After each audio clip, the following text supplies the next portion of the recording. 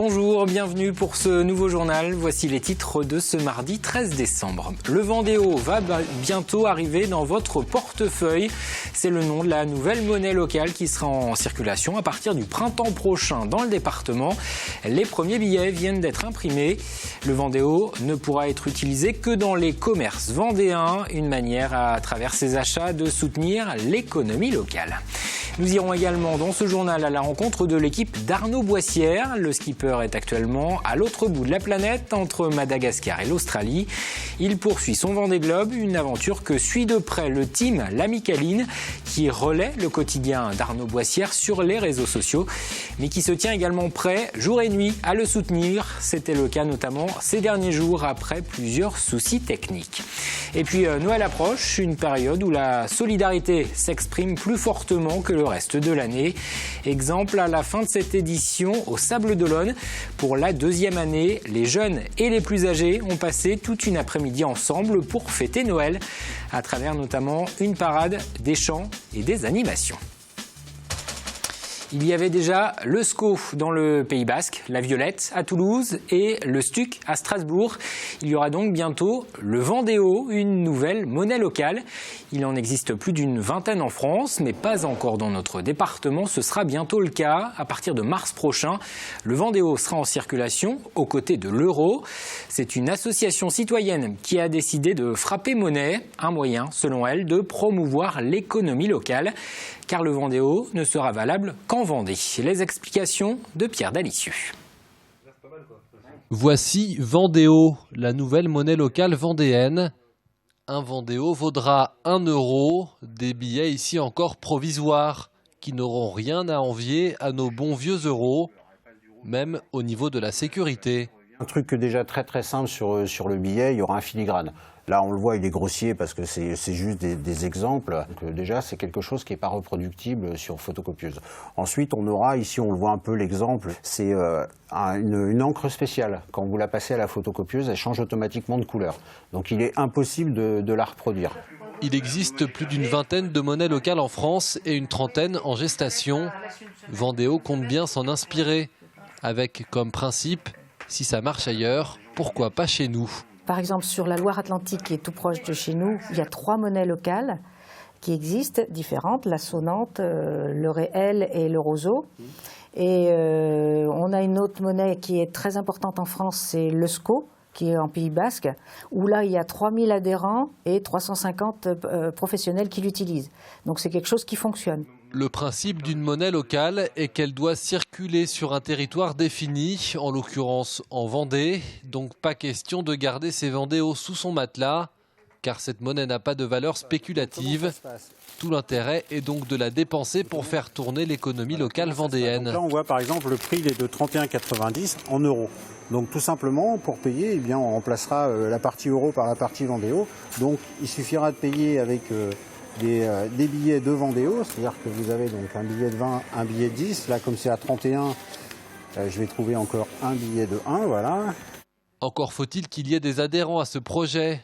Pour Vendéo, c'est plutôt sur la bonne voie. Cette grande chaîne de jardinerie compte plus d'une dizaine de magasins sur le département et vient de signer son adhésion à Vendéo. Avec derrière, bien sûr, un intérêt commercial si cette monnaie fonctionne. C'est un aspect concurrentiel puisque nos concurrents ne feront pas Vendéo, donc on espère que beaucoup de Vendéens vont retrouver et n'iront pas à la concurrence et viendront exclusivement chez Gamme Vert. Avec Vendéo. Avec Vendéo, bien sûr. Vous ne ferez pas vos achats de Noël avec Vendéo cette année. La monnaie sera lancée le 26 mars prochain. Pour le moment, Vendéo compte une 60aine d'adhérents, dont une petite vingtaine de commerces. Contrairement à l'Île-de-France, la Vendée reste pour le moment à l'écart des épisodes de pollution de l'air, mais cela n'empêche pas de porter attention à notre atmosphère, notamment lorsque nous prenons notre voiture. Parmi les solutions, il y a le covoiturage.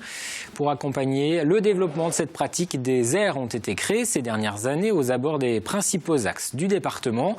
Leur nombre a doublé en 5 ans. La 115e vient ainsi d'être aménagée à l'est de La Roche-sur-Yon, à l'entrée de l'A87. Elle dispose d'une centaine de places de parking, c'est donc la plus grande de Vendée. Le covoiturage, une manière de préserver l'environnement, mais pas seulement, selon le président du conseil départemental, Yves Auvinet. C'est vraiment un endroit stratégique qui permet aux gens de faire du covoiturage dans de très bonnes conditions par rapport à ce qui existait auparavant. Tout le monde est capable de comprendre aujourd'hui que ça peut faire des économies, c'est moins polluant, c'est plus convivial. Et l'ensemble de ces paramètres font que nous espérons que les gens qui peuvent le faire, destination commune, heure commune, il y a quand même des économies énormes à réaliser. Image et interview signée Aurélien Huard. Parlons à présent de solidarité avec cette opération autour du handicap menée dans le sud du département. Webhelp a ouvert les portes de son entreprise à des travailleurs handicapés. Ce centre d'appel emploie des personnes en situation de handicap. Elle en recrute également régulièrement. Mais cette opération avait un autre objectif. Elle visait à délivrer des conseils aux demandeurs d'emploi souffrant d'un handicap qui peinent parfois à trouver du travail ou même simplement à décrocher un entretien d'embauche. À travers donc des ateliers, ils ont pu obtenir quelques informations, comme nous l'explique le responsable du site, au micro de Sandrine Pelletier. Le but, c'est donc de bien leur présenter le site, de leur faire aussi une rencontre avec notre responsable ressources humaines sur la présentation d'un CV, comment on peut présenter le handicap lors d'un entretien, ce qui n'est jamais très facile lors des entretiens, et aussi de pouvoir accueillir leur CV pour ceux qui seraient intéressés pour venir éventuellement travailler chez nous, ce qui a été le cas il y a encore un mois où on a accueilli une personne à mobilité réduite qui correspondait complètement au profil du projet sur lequel on recherchait et qui a été positionné sur ce projet. Et rappelons que les personnes handicapées sont 2 fois plus touchées par le chômage que les personnes valides. On ouvre une page Vendée Globe à présent avec d'abord un point sur la course.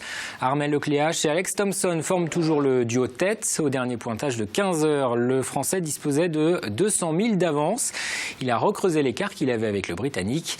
À l'arrière, les conditions de navigation sont compliquées pour le trio. Yann Eliès, Jean-Pierre Dick et Jean Le Cam, respectivement 5e, 6e et 7e. Ils doivent affronter des vagues importantes et surtout du vent. Les prévisions prévoient des rafales dans certaines zones avoisinant les 150 km/h.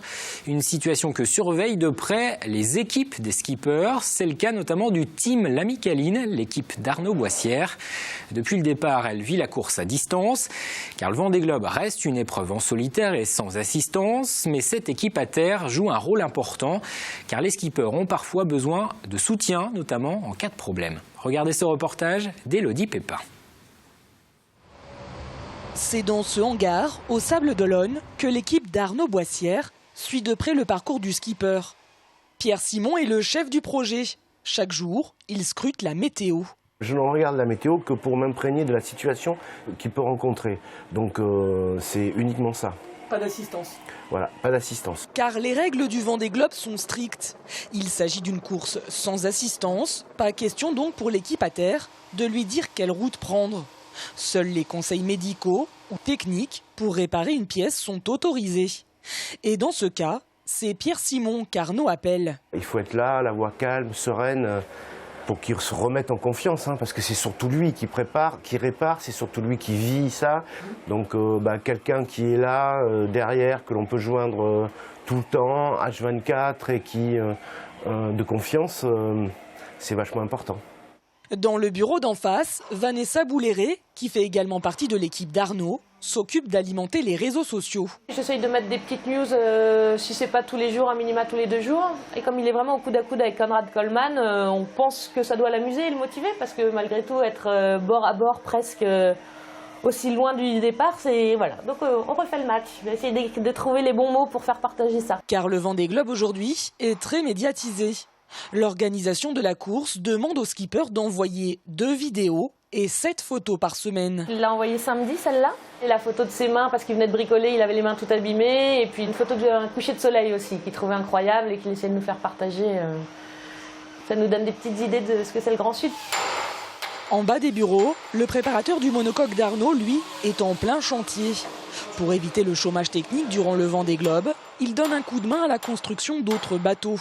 Mais il garde toujours un œil sur la course, et notamment sur la dernière avarie d'Arnaud, celle du chariot de grand voile. C'est pas de ma faute, c'est pas de la faute de personne, c'est que c'est le métal qui a cassé, on n'y peut rien.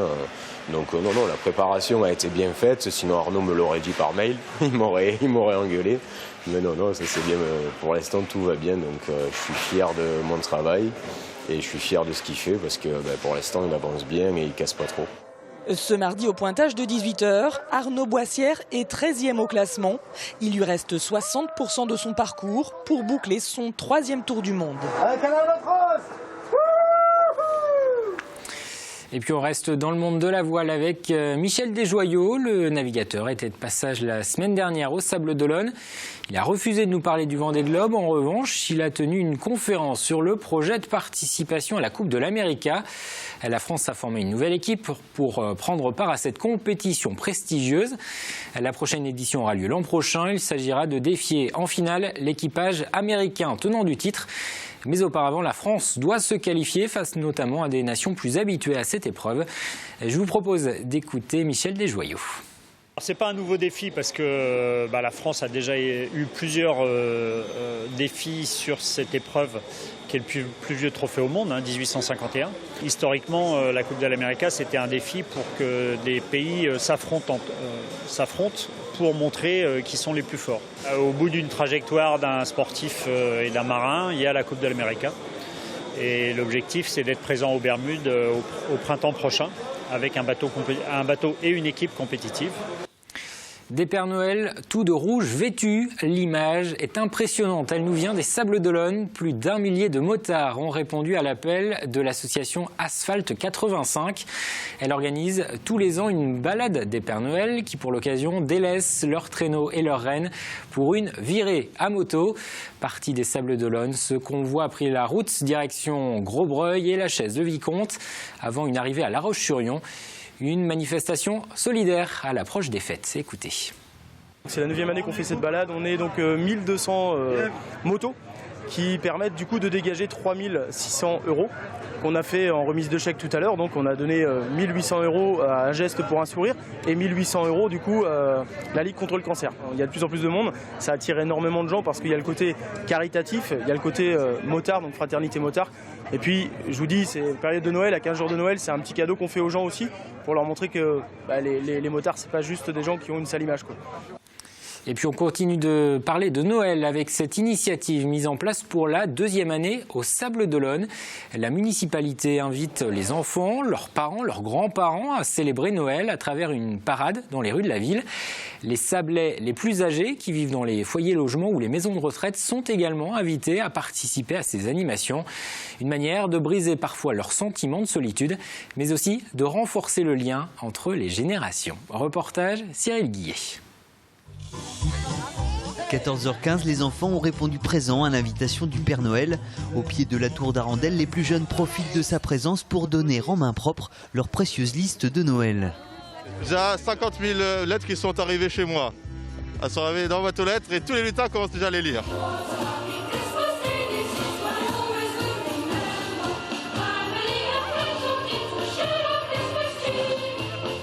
Lutins, Reines des Neiges et autres peluches géantes en tout genre ont emprunté les rues de la Chaume pour insuffler l'esprit de Noël. À partir du moment où on y croit, c'est merveilleux. Même quand je voyais des mémés qui sont là à 80 ans pour attendre le Père Noël, c'est super génial ça aussi. Après avoir paradé sur les quais de la Chaume, le cortège s'est arrêté à la salle des fêtes pour poursuivre l'après-midi en compagnie des résidents du foyer logement des Fleurs Salines pour une rencontre intergénérationnelle. C'est important parce qu'on est en foyer logement, la dame est avec moi en foyer logement et ça nous permet de sortir et puis de voir d'autres enfants, d'autres personnes, de ne pas être enfermés. C'est important justement de développer le lien intergénérationnel. On le fait pour ces activités de Noël. On le fait aussi au niveau de la ville des Sables avec le CMJ, donc le Conseil municipal des jeunes, qui participe à de nombreuses activités avec les personnes âgées.